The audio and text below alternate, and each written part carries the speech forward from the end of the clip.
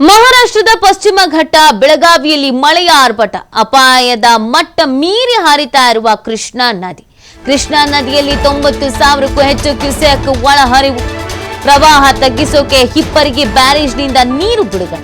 ಚಿಕ್ಕೋಡಿ ಉಪವಿಭಾಗದ 6 ಕೆಳಹಂತದ ಸೇತುವೆಗಳು ಜಲಾವೃತವಾಗುತ್ತಿವೆ. ಪರ್ಯಾಯ ಮಾರ್ಗದಲ್ಲಿ 14 ಗ್ರಾಮಗಳ ಜನರು ಸಂಚರಿಸಬೇಕಾದಂತ ಪರಿಸ್ಥಿತಿ. ಕೃಷ್ಣಾ ನದಿಯಿಂದ 100 ಎಕರೆ ರೈತರ ಜಮೀನು ಜಲಾವೃತವಾಗುತ್ತಿದೆ.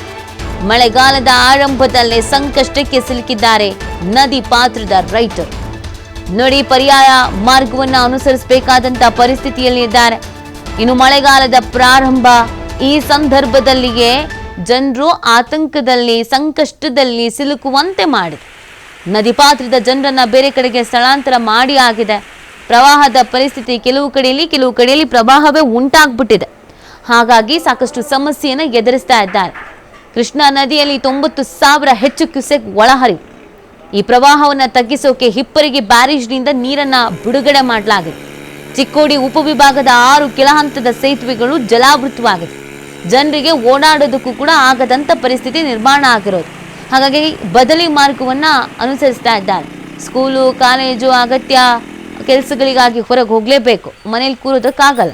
ಹೊರಗೆ ಹೋಗೋಣ ಅಂತಂದ್ರೆ ಈ ಥರದ ಪರಿಸ್ಥಿತಿ. ಕೆಲವು ರಸ್ತೆಗಳು ಬಂದ್ ಆಗ್ಬಿಟ್ಟಿದೆ, ಸೇತುವೆಗಳು ಮುಳುಗಡೆ ಆಗ್ಬಿಟ್ಟಿದೆ. ಹಾಗಾಗಿ ಜನ ಜೀವನ ಅಸ್ತವ್ಯಸ್ತವಾಗಿದೆ.